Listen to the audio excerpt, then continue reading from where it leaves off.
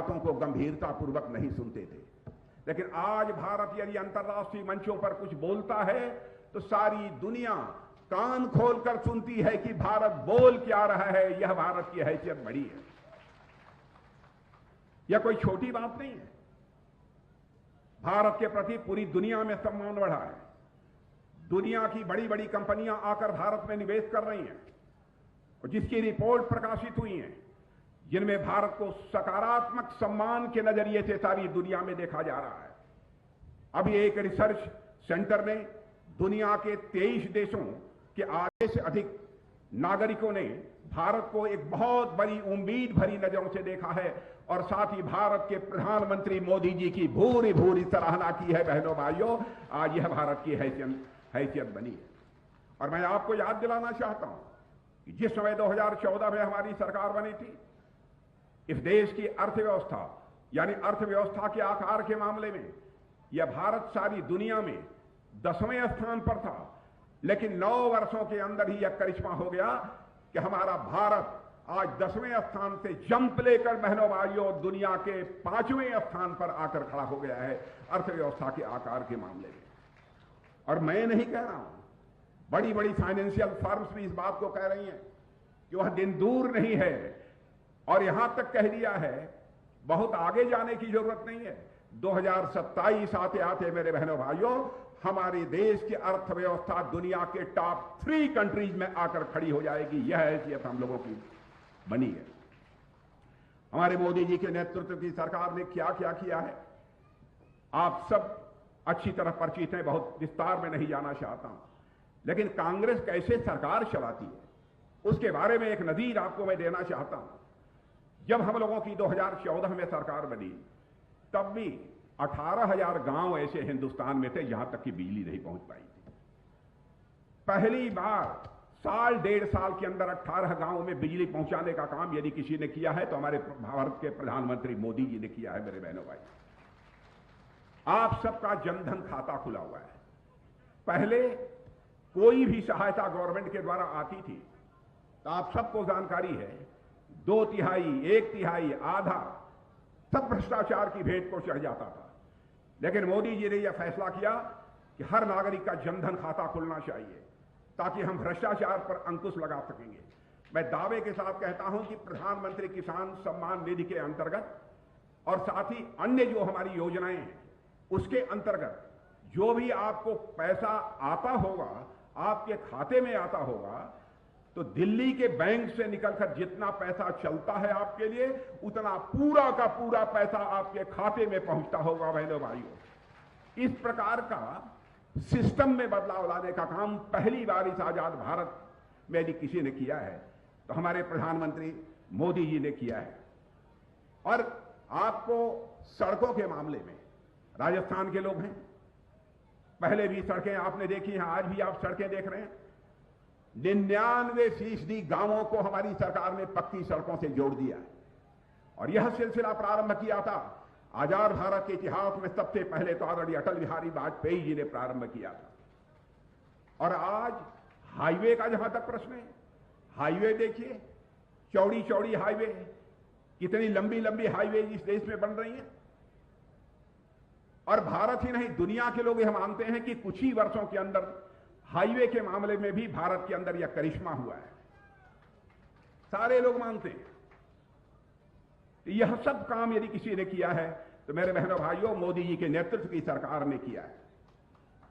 अब उन्होंने कहा है कि हम अपनी बहनों को लखपति बनाएंगे, जो हमारी गरीब बहनें हैं उनको हम लखपति बनाएंगे। और आप देख रहे हैं कि उसके लिए कई योजनाएं उन्होंने उसके लिए प्रारंभ की हैं। और यह भी आपको मैं जानकारी देना चाहता हूं कि 2014 के पहले ऐसे 70 ग्राम पंचायतें थी जहां पर ब्रॉडबैंड कनेक्टिविटी की सुविधा थी। लेकिन बहनों भाइयों, आज धीरे धीरे 2.5 लाख से अधिक पंचायतों में ऑप्टिकल फाइबर के माध्यम से ब्रॉडबैंड पहुंच चुका है। यह कोई छोटी उपलब्धि नहीं है। और प्रधानमंत्री किसान सम्मान निधि के अंतर्गत 11 करोड़ लोगों को आर्थिक सहायता मुहैया हो रही है। प्रधानमंत्री उज्ज्वला योजना के अंतर्गत जो कुछ भी हो रहा है उस पर आप अच्छी तरह सहमत हैं, आप अच्छी तरह जानते हैं।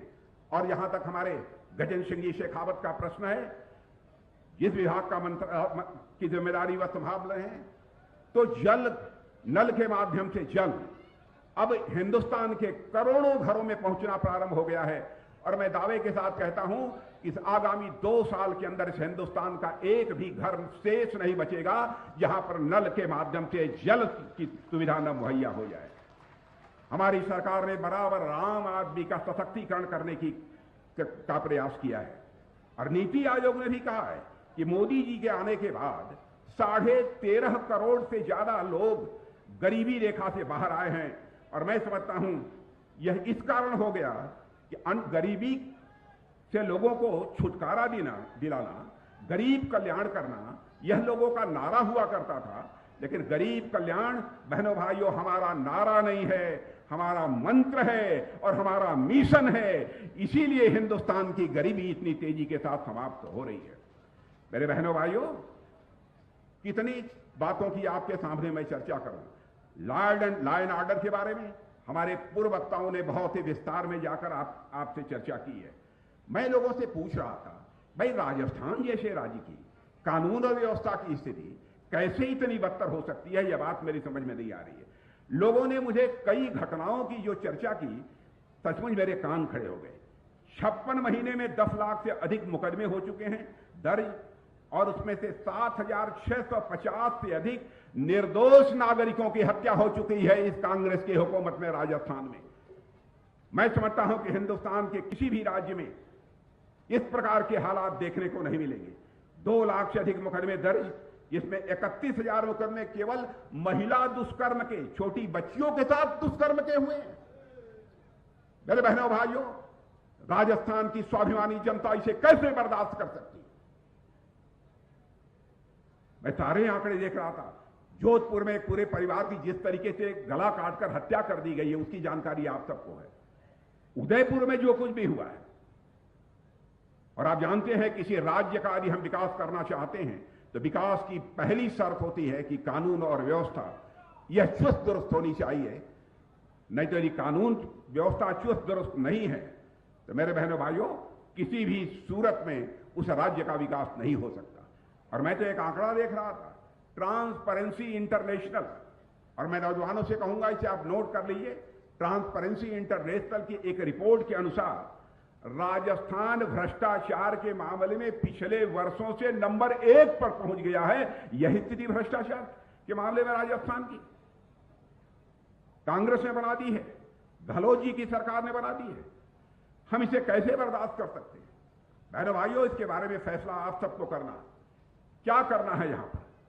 लेकिन आज जो मैं उमंग और उत्साह आप सबका यहां पर देख रहा हूं, मेरा विश्वास अब पक्का हो गया है बहनों भाइयों कि अब इस राजस्थान में प्रचंड बहुमत से भारतीय जनता पार्टी की सरकार बनने से दुनिया की कोई ताकत हमें रोक नहीं। मैं नौजवानों से कहना चाहूंगा जो पढ़ाई लिखाई करते हैं, उनके पेपर लीक हो जाते हैं। क्या हो रहा है राजस्थान में? और मैं कहना चाहूंगा कि बहनों भाइयों, हालात यहां की सरकार की यह है कि मुख्यमंत्री जिस ड्राइवर की सीट पर बैठे हैं, इस गाड़ी का क्लच कोई और दबा रहा है और एक्सेलरेटर कोई और दबा रहा है। यह हालत हो गई है। क्या हो गया है राजस्थान को? यहां पर हिंदू मुसलमान अगड़ा पिछड़ा के नाम पर बांटकर लोगों का समर्थन हासिल करने की कोशिश की जा रही है। इसका मतलब यह है जो राजस्थान का विकास होना चाहिए था और विकास के नाम पर कांग्रेस की हुकूमत को वोट मांगना चाहिए था, वह विकास के नाम पर वोट मांगने का साहस नहीं जुटा पा रहे हैं। इसीलिए हिंदू मुसलमान अगड़ा पिछड़ा इस आधार पर लोगों का समर्थन हासिल करने की कोशिश कर रहे हैं। उन्होंने मोबाइल गारंटी देना शुरू किया है, कई तरह की गारंटी देना शुरू किया है। और मैं बहनों भाइयों बतलाना चाहता हूं, इसके पहले भी जहां जहां चुनाव हुए हैं, जिन राज्यों में, हिमाचल में हुआ है, कर्नाटक भी हुआ है, वहां पर भी जाकर ये लोग इसी प्रकार के तरह तरह के आश्वासन लोगों को देते रहते हैं। कहते हैं यह गारंटी है, और यही गारंटी आकर राजस्थान में भी हमारे राजस्थान के बहादुर बहनों भाइयों को दे रहे हैं। इनके ऊपर किसी भी सूरत में भरोसा नहीं किया जाना चाहिए बहनों भाइयों। 5 वर्षों तक क्या करते रहे आप? 5 वर्षों तक यदि कुछ आपने किया होता तो आपके ऊपर राजस्थान की जनता का यह भरोसा रहा होता। हिंदुस्तान, हिमाचल प्रदेश और कर्नाटक की जनता ने आपके धोखे को, आपके फरेब को अच्छी तरह समझ लिया है। अब एक गठबंधन बनाया है, कई विपक्षी दलों ने मिलकर, 28 दलों ने मिलकर गठबंधन बनाया कि चाहे हो जाए, मुख्यमंत्री जी को, अब मोदी जी को किसी भी सूरत में प्रधानमंत्री नहीं बनना चाहिए। बहनों भाइयों, गठबंधन होना चाहिए तो इस देश के विकास के लिए होना चाहिए। गठबंधन होना चाहिए तो इस देश का मान सम्मान स्वाभिमान बढ़ाने के लिए होना चाहिए। ये गठबंधन इसलिए हो रहा है कि मोदी जी को दोबारा किसी भी सूरत में सत्ता में आने नहीं देना। यह गठबंधन किया। अब इस गठबंधन की क्या हालत है, मैं देख रहा हूं, हालत इनकी ऐसी है, नाम बड़ा दर्शन छोटा।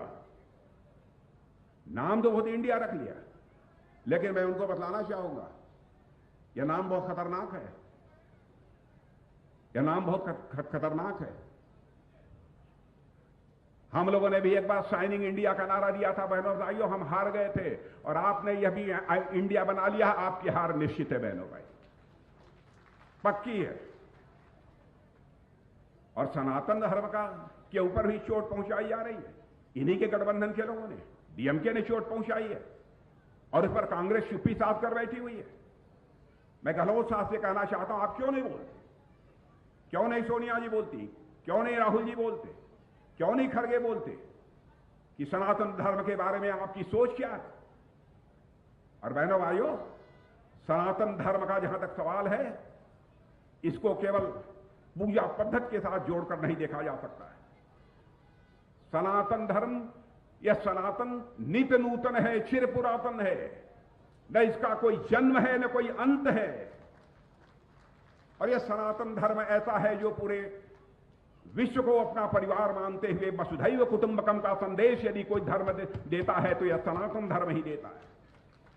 चींटी को भी आटा खिलाकर, चींटी को भी आटा खिलाकर उसके दीर्घजीवी होने की कामना यदि कोई धर्म करता है तो वह सनातन धर्म करता है।